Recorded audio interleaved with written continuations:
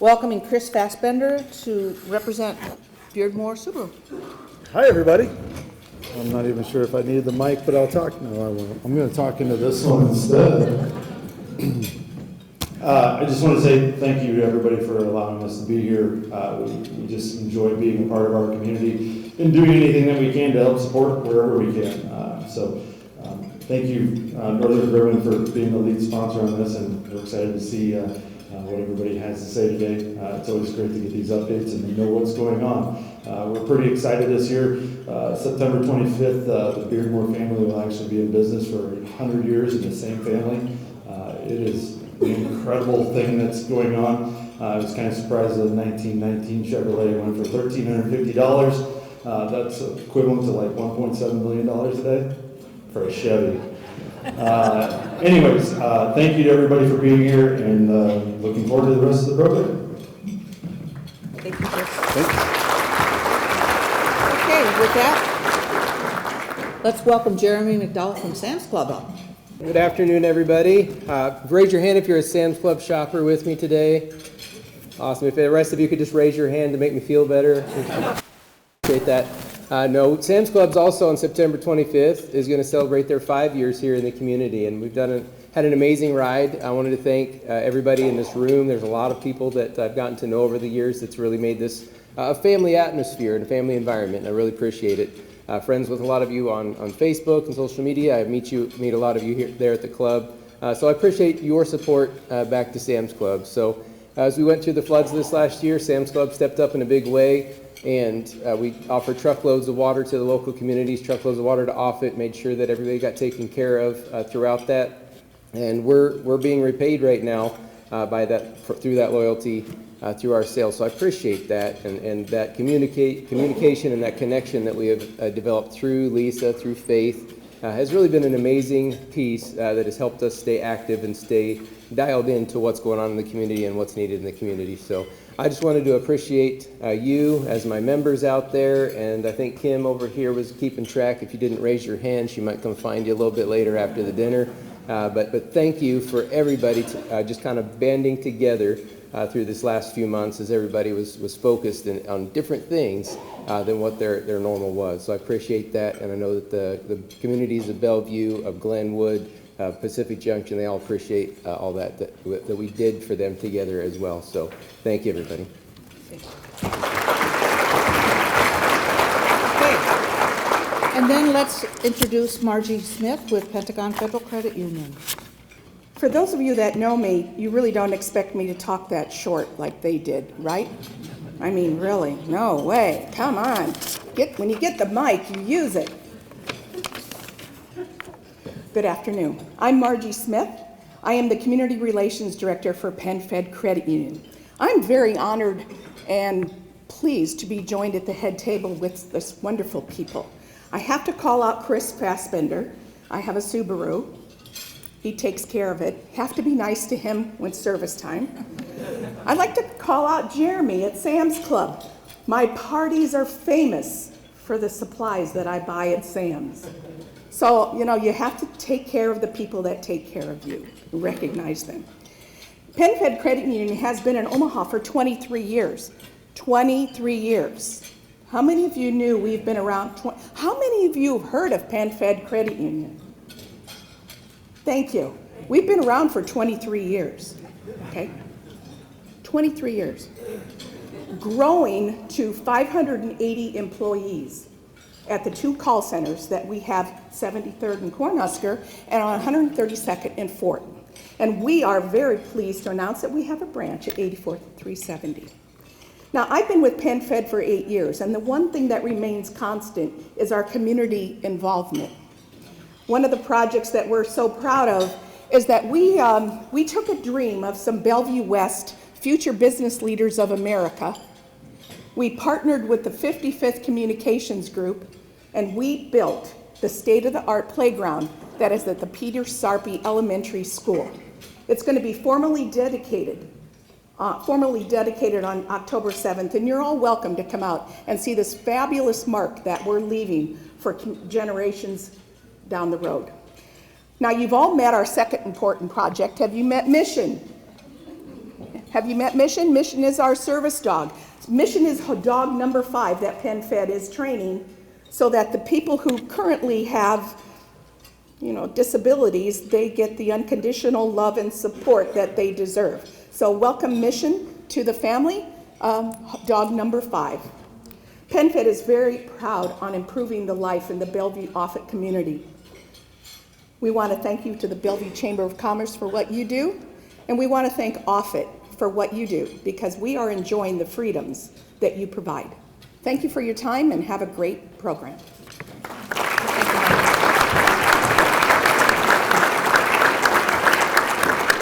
Okay, so let's please welcome Jim Kowalski.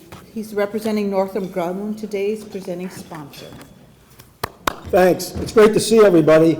In my role at Northrop Grumman, I get to participate in a lot of different Chambers of Commerce events, and this is an awesome turnout for a Chamber of Commerce luncheon, and I think it really reflects how strongly this community supports U.S. Strategic Command, its mission, and the soldiers, sailors, airmen, and Marines that are out there. So a big round of applause for all of you for what you do all the time in supporting these guys.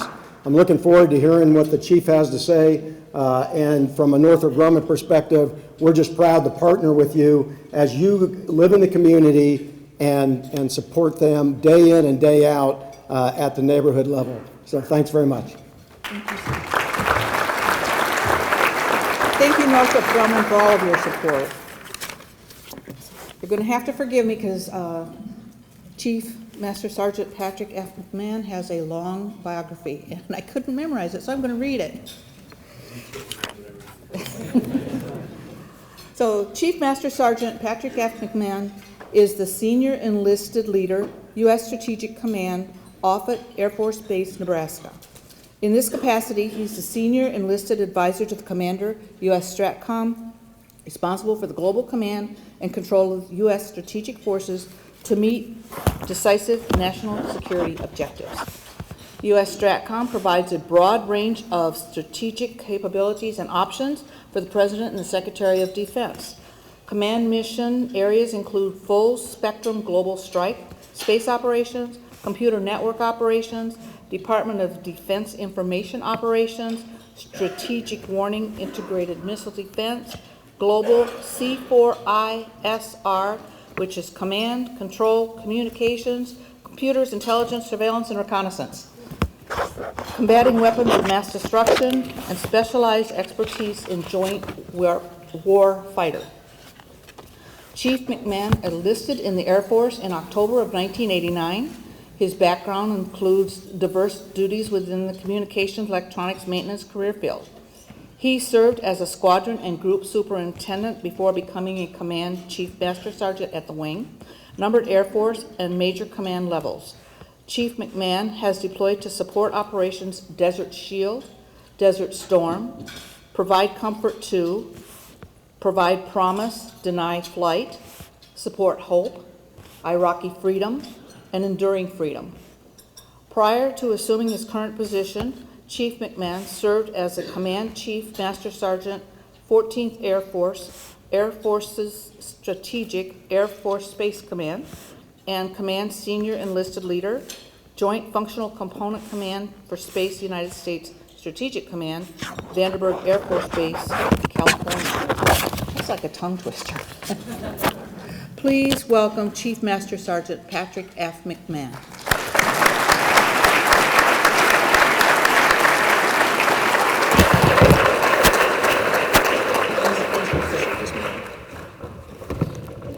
Good afternoon, everyone. Hope everybody's doing well today.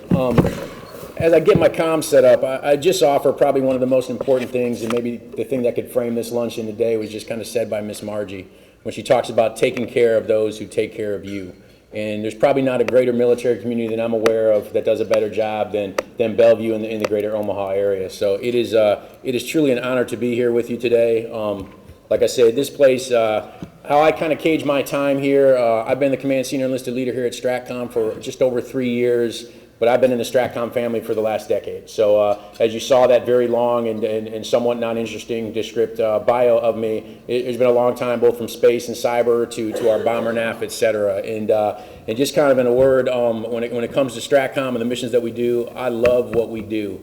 And it's because of the significance of the mission, and as importantly, it's really about the people. And that's what I'd really like to talk to today. You know, to be honest with you, I'll just have to start off, you know, on behalf of the Commander of the United States Strategic Command, General John Hyten. It is truly an honor and a privilege to be here to spend time with you today. You know, to Mayor Hike, Ms. Morrison, to really all the elected officials, all the leadership in the chamber in this room. It's special. There's very few places on this planet that can do things like this, and you should all commend yourselves. It's like I say, I'm a recipient of living here, and it's a very, very special place. You know, there's some of you who know my boss. You know General Hyten. You're probably sitting here today going, you know, wow, you know, General Hyten and Chief Mcmahon, those guys can be twins, and you would potentially be mostly accurate. You know, barring about 9 inches of height, and Harvard education, his winning personality, wow, this list is starting to get awkward. So, but I tell you what, I would offer that there are some similarities between me and General Hyten, and it starts with the love of our nation, a love of our Global Warfighting Command, and a love of our community. And so when you have an opportunity to serve your country, I just think it clearly matters. But when you have an opportunity to serve your country in a community such as this, one that is so steeped in our nation's strategic deterrent mission, frankly, it's just special. So again, thank you very much. You know, as I sit here and I was having some conversations before dinner, you know, I was sitting there going, you know, I'm going to try to stay rigorous and disciplined, even though Miss Margie said with a microphone I could talk a long time.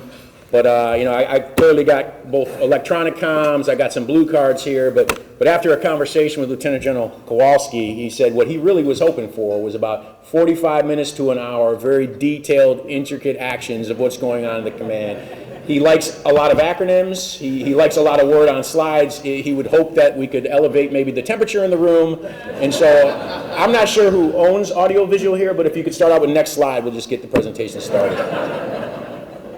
In all honesty and joking aside, normally anytime I get an engagement, normally anytime I just talk to a crowd, there's two things I really want to talk about, you know, and the two things both start with a T. One is a thank you, and one is about the threat.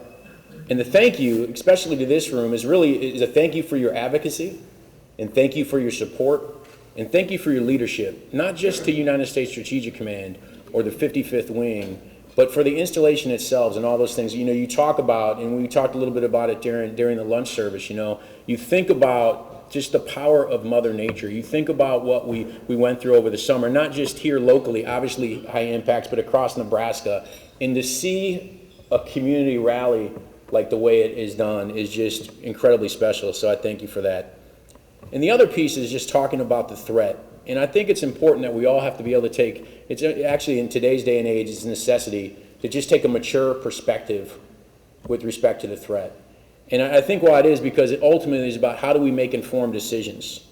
And the why behind that is because of the actual adversaries and the threats that exist out there. You know, today we have adversaries, they're not actually notional, they're indeed adversaries. You have nations that are actually trying right now at this very minute to erode our strategic advantage as a nation. They desire to disrupt our international order, alter the strategic landscape, and offset our national primacy. Now what this does not mean, this doesn't mean that conflict is inevitable, but it's important that we both evaluate and have the ability to recognize that strategic competition in the environment for what it actually is. And then how do we, across really all national levels of power, how do we sit there and make smart decisions and positively influence that? You know, as a military professional, one of the things we've talked about quite a bit over the last year and a half is our United States National Defense Strategy. And I share it with the team a lot because there's an unclassified summary.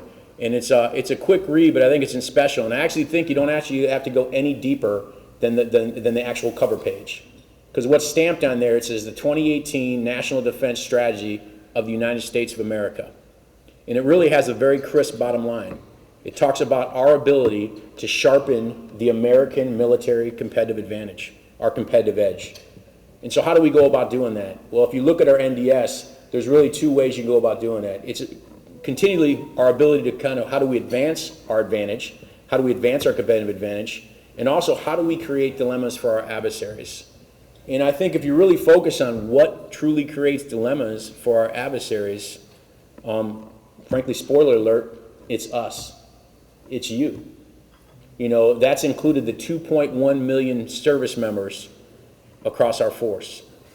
It's the hundreds of thousands of government civilians. It's the strength of our partnerships. And as importantly, it's the strength of our communities in which we live. Our foundational advantage is our people. And if you want to know, you know, if you want to test that, right, if you need a quantifiable measure of that, all you actually have to do is look at what our adversaries are doing. Study their posture, study their doctrine, study their concepts of operations.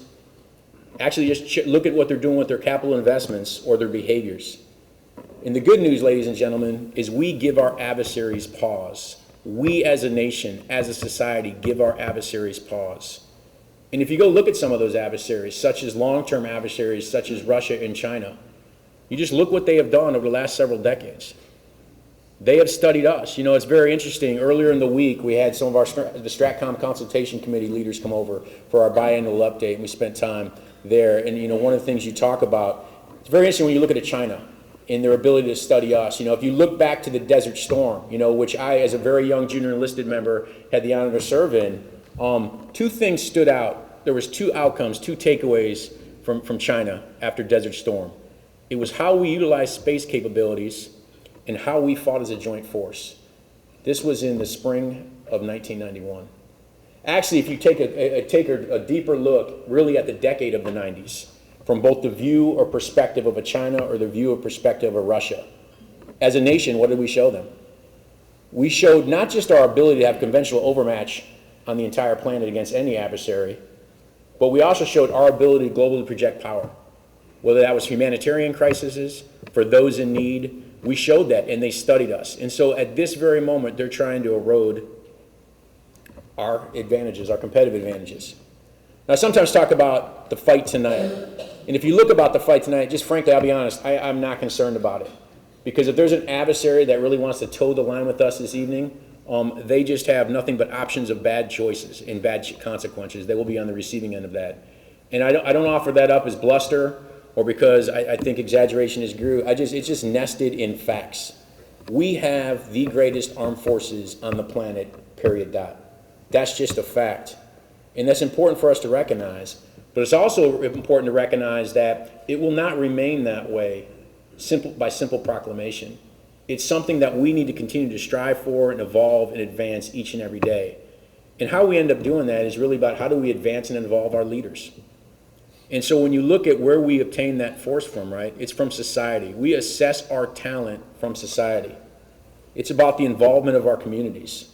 And so from a United States Strategic Command perspective, you know, we are focused on that each and every day. When General Hyten took command 2.5 years ago, he was very clear. We have 3 priorities for this command. We will provide strategic deterrence.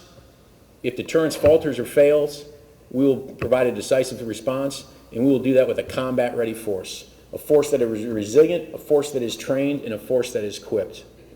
And so in actuality, if I was actually going to offer up a theme for today's speech, I probably would talk about just the changing landscapes, right? The changing landscapes of the command. Because if you look at our command, it is markedly different just over the past 2.5 years than it was just 2.5 years ago. And honestly, that evolution has been purposeful and has been based on the changing conditions. In some respects, the changing conditions of our strategic environment we talked about early. Our command now is truly structured and organized as a global warfighting command. And some of those changes to the landscape has been new leaders coming in. So since the last time we met, since the last time we provided a strategic command update, we've had key and critical senior leaders, you know, both arrive to the command as well as depart. So many of you may have known and met Major General Dan Carberly. He was our previous chief of staff. He just recently PCS down to Huntsville, Alabama. Our current chief of staff is Major General Randy Taylor. He's been here just for a few weeks. Many of you know in this audience Mr. Pat McVeigh. What a national treasure. So Mr. McVeigh was our lead for exercise training and assessments. He recently retired. General Hyten retired him several weeks ago after 46 years of dedicated service into our nation.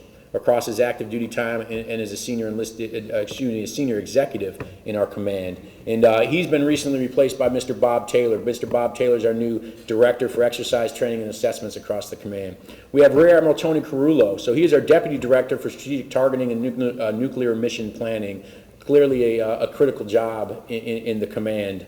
Along with some of you may know Miss Liz Durham-Ruiz. So Miss LDR, so for those of you familiar, she was previously in our C4 Directorate. She took a senior executive position at United States Transportation Command, and now she is back as both our Chief Information Officer and the Director of our J6 Directorate, and it's great to have her back. Along with that, obviously you look across the mission sets, our Chief of our CAD Director is Colonel Stacy Jo Huser, who just finished up as she graduated command of one of our missile wings, so near and dear to our heart.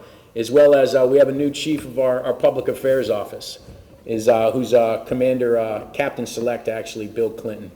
And then finally, from an installation perspective, many in this room knew Colonel Mike Mannion, who's recently been replaced by Colonel Gavin Marks as the 55th Wing Commander. And not only what this installation and that leadership does to support U.S. Strategic Command, but as importantly, what it does for this installation, this community, but also they're like literally our neighbors now. So because of the floods, that leadership team for the 55th Wing is now living in Building 500, and that building is actually eventually going to come into the command as well. From a perspective of what's going on, the changing landscape for our mission updates, I would offer this, and it goes back to our number one priority, strategic deterrence. Our focus continues to be how do we evolve 21st century strategic deterrence thinking, right? And, I would offer strategic deterrence is actually our nation's most active mission. And it's one of those things that we often don't talk about, but it actions each and every day. When you look out across the command, whether it's the folks assigned here at the headquarters or one of the 162,000 professionals within Team STRATCOM, it's amazing what they do each and every day. If you want your best day, just you come along for the ride and we'll go show you some of the professional service members that execute these missions. In many respects, it's eye-watering. But as we look at that, it's also about how do you build that next generation. I would contend that when you look back on the Cold War wasn't clean and it was not easy, but it was easy to understand from the perspective it was a bipolar world where it was really the Soviet Union against the West, where in today's environment it's a much more multipolar all-domain world. So how do you get after that? And I would offer one of the ways we get after that is how do we go about developing thought leaders with respect to strategic deterrence. And that's just not a military problem to solve. In reality, when you look at strategic deterrence, it's a whole of nation, it's a whole of government, and it's a whole of community kind of situation. And that may, if you sit here in this room and you're a member of this community or from this area, probably a blinding flash to the obvious, because what you look at what this community has been steeped in for the better part of 70 years, you've been integral to strategic deterrence of our nation. And I would offer you should take great pride in that. And so recently, one of the things we finished up at our command to continue to kind of evolve and adapt and move forward is we concluded our 10th annual Deterrence Symposium right over in La Vista. And once again, over 750 people attended from across government, from across the department, from our international partners to really get after this in a meaningful way. Because one of our requirements, right, as the United States military, one of our requirements actually as the nation is our ability to be able to outfight, outmaneuver, but as importantly, outthink our adversaries.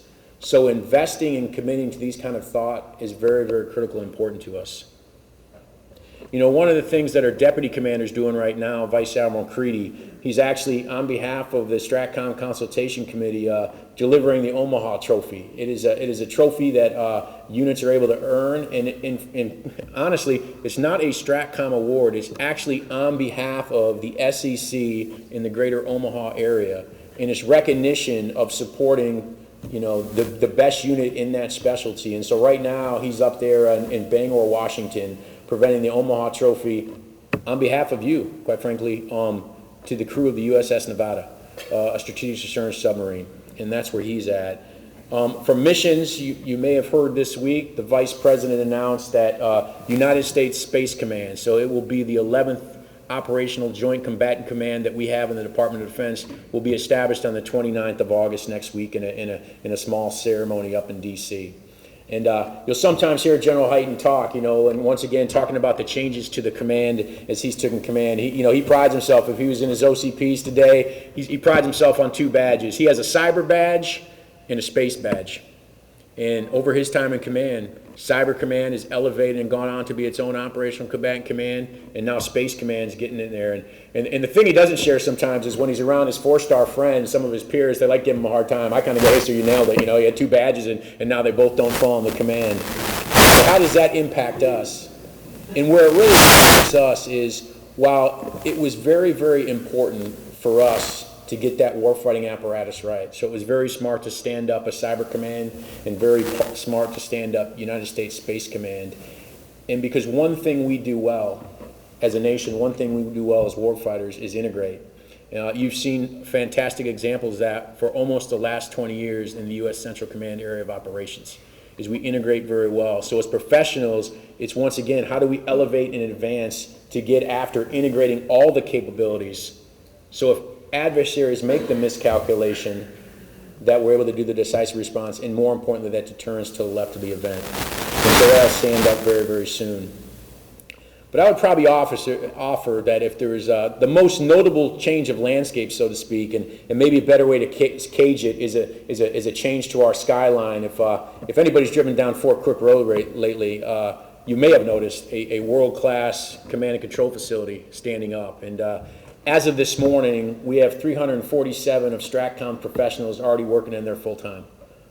It is something that as we move across the next couple months, as a command, we will be in that command and control facility within 2020. Over the next 6 months, the majority of our headquarters forces will move in there. But I tell you what, I wish I can expose you to it and do a tour right now. And when I say a world-class command and control facility, it's just unfair and not accurate to say, hey, STRATCOM has a new headquarters, because it's not. That was purpose-built. That building is in actuality a weapon system. We talk about our adversaries, we talk about the key importance of strategic deterrence. You want to send a message to your adversaries, show them that type of weapon system that will be on Bellevue's skyline for the next 70-plus years, and the deterrent impact that has for our nation. And frankly, you're a part of that. And so we're really, really excited. Not only is just the visible deterrent, and it has the messaging piece, but the ability to do cutting edge. If you look at as good as the headquarters is, the facility you live in today, it just was not purpose-built. It was actually an accumulation of 5 different buildings. And it doesn't lessen the mission that the professionals execute and do each and every day, because they're exceptional, but the ability to sit there and smartly design something that will have so much, not just credible existence for our nation, but really do the role that it needs to be in design, is really, really important. So if you've been on Offutt Air Force Base, you may have noticed there's a little road work going on. And that's not a bad thing. When you look at what that installation is doing to improve the installation long term, once again, when you have a building that, that is built, that's going to be a weapon system for nuclear command and control, that is going to be, for the next century, a mark, and you want to be able to do it right and do it smartly. And so what the installation is doing to improve each and every day is important. I know there was some conversation earlier, talking about the runway repairs that's going to occur here very shortly. And it's one of the things where it really is about aligning the date. There's actually a chance it may slip just slightly to the right, but in talking to General Hyten about it, he's actually good with it. And because the reason is, what it's going to allow for is the alignment of all the missions, right? To really limit that downtime and limit any impacts. And once again, it's just something that will allow this installation in this community to be enduring. And I think that's really, really important. One of the things I'd share with you is I'm a big believer in history and legacy. And so some of you in this room may have heard of this gentleman's name, General Curtis LeMay. And so I came across a speech that General LeMay gave a while ago, and I just thought it was very, very interesting. So for context, in December of 1962, General LeMay gave a speech up in New York City, up the Waldorf Astoria, and to a crowd that was probably much bigger than that. So it was actually the precursor of the NDIA, so the National Defense Industrial Association. So at the time, there was the American Ordnance Association. It was their 44th meeting. So obviously plenty of industry leaders, et cetera. And for context, when you go back and look at 5 December of 1962, that was 43 days removed from the Cuban Missile Crisis. A crisis that in many respects took us on the brink with the Soviet Union at the time. And it was just a very, very compelling speech that General LeMay gave. And at this time, he was no longer the commander of United States Strategic Command. He's no longer SINCSAC of this command, or the predecessor to this command, but he was actually the Chief of Staff of the Air Force. And one of the things, actually, that General LeMay talked about was the significance of readiness, the critical importance of this deterrence. It was about the strength of our professional force, and it was about the value of jointness. And so it's very interesting as leaders, that serve in the profession of arms. These are the very things we talk about today. But I think it's a very, very important focus item. One of the things that I want to share with you, because I just think it's relevant to this audience, one of the things that General LeMay shared in his speech, he talked about the ace of spades in the deterrence deck is clearly superior strategic strength. And then he went on to share his thoughts about the thought of modernizing our strategic strength. And I'll quote him. And he said, "I've said it before, and I'll say it again. The consequences of losing strategic superiority on the earth stagger the imagination." And so you think about that. Sometimes there's efforts out there that question the need of a triad, question the need for deterrence. And I would simply offer this: strategic deterrence is what underpins our security as a nation. And so you think about, at the times, right, those consequences of potentially losing that. We've actually felt that before as a nation. Interestingly enough, we just celebrated the 50th anniversary of the landing of the man on the moon. And the impetus for that goes back to the Soviet Union launching Sputnik, right? Where as a nation, we thought we had lost our strategic superiority. So what did we do? President, right, POTUS, President Kennedy gives a speech. It was 25 May of 1961. And says, before the decade ends, we need to put a man on the moon. And so only like our nation can do what we do. He said, "Sir, we got you. We'll do it under a decade, no problem." It actually was. You think about at great risk and at great peril, the things that went into that, and it was considerable. But it just, once again, is an example of us as a nation and our ability to move out and how critical that is. So I would just kind of offer this, when I look out and look at you in your eyes, and I just think of my time here as just living here, it's something when you look at Bellevue or you think of Bellevue in the greater area, think about this. This is truly a community of influence when it comes to 21st century strategic deterrence. You look across the industry, academia, the community support, with plenty of ample room to grow and evolve with the Team STRATCOM. I guess I was trying to finish up with this. If you've kind of noticed, I've had somewhat of a smirk on my face as I got up here earlier. I'll tell you what, I was sharing this earlier with some folks, so I had the good fortune as the command senior enlisted leader, you just get to meet a lot of people, and that's a very good thing. And so anytime a senior non-commissioned officer or chief petty officer comes through the command, I get an opportunity to do a 1v1. I have the good fortune of both with and without the commander do a lot of battle space circulation across the command. And invariably what comes up is, so tell me about Offutt, what do you think? And my line to them is like, well, hey, I'm not a member of the Chamber of Commerce, but, and then what I'll end up doing for the next few minutes is just rattling off the wonderful things about this local area. And so while I know one lunch speech does not make you a member of the Chamber of Commerce, I am going to take this and the fact that I've actually stayed at the Bellevue Holiday Inn Express a couple of times and gotten smarter about things and add this to my quiver case when I talk to people in the future. But I am going to try to actually finish how I started, and that's simply with a thank you. Professionally, for just being exceptional partners, the exceptional teammates, and the exceptional neighbors you are to both United States Strategic Command and Team Offutt. And then I'd actually also like to offer a personal thanks. A personal thanks from the McMahon family. From my wife Euthymia, my two boys, my 11-year-old Zion, and my 9-year-old Cameron, because frankly, we are beneficiaries of your hospitalities. We're beneficiaries of your school zones. Shout out to Peter Sarpy Elementary. We're beneficiaries of the places of worship here. Your youth sports programs. I was joking at lunch, they go, hey, do you know Omaha well? I go, over the last 15 months, I could probably point you in any direction. There's a soccer pitch anywhere in the greater Omaha area. It is just insane. If you're wondering, is there a soccer pitch at 200th Street in Capehart? Ladies and gentlemen, there is. It just happens to be true. But no, it really is. I thank you from the bottom of our hearts, both professionally from the command and myself personally, about the sense of community. And so with that, I just want to offer a thank you. And then with that, I guess I'll open it up for questions. The goal of the Greater Bellevue Chamber of Commerce is to foster a pro-business climate in the area through proactive governmental and military affair initiatives, to maintain and enhance the business community's leadership relationship with the Offutt Air Force Base, tenant units, Air National Guard, Armed Force Reserve units, and to protect and grow Offutt and other Department of Defense operations in the Heartland region. The Greater Bellevue Area Chamber focuses on the needs of the Bellevue-Offutt community, and your phenomenal support keeps our community moving onward and upward. Thank you for your confidence in the Bellevue Chamber. We will continue to focus on these issues that matter to Bellevue-Offutt community and to the Eastern Sarpy County. Thank you all for attending today. It's great to see you. We look forward to seeing you next year. Have an awesome day. Thank you. To just take a moment and to thank today's sponsors.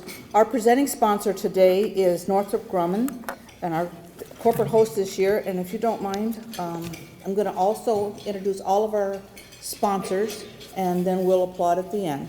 So we have Access Bank, American Family, Castle and Associates, Beardmore Event Center, Courtyard by Marriott Bellevue, Bellevue Public Schools, Bellevue Public Schools Foundation, Black Hills Energy, Boeing, Chick-fil-A, Cobalt Credit Union, Cox Communications, Dell Technologies, Great Western Bank, Hike Real Estate, Lockheed Martin, McCallie and Associates, Miller Financial, Metropolitan Utilities District, Omaha Public Power District, Rising View, a Bellevue-Offutt community, Scott Conference Center, Shadow Lake Town Center, Software Engineering Services, TEK Systems, Thanksgiving Lutheran Church, and Westgate Bank. A very special thank you to the Beardmore Event Center for allowing us to use this facility and for the great lunch that they're serving us all today. A big round of applause for all of our sponsors.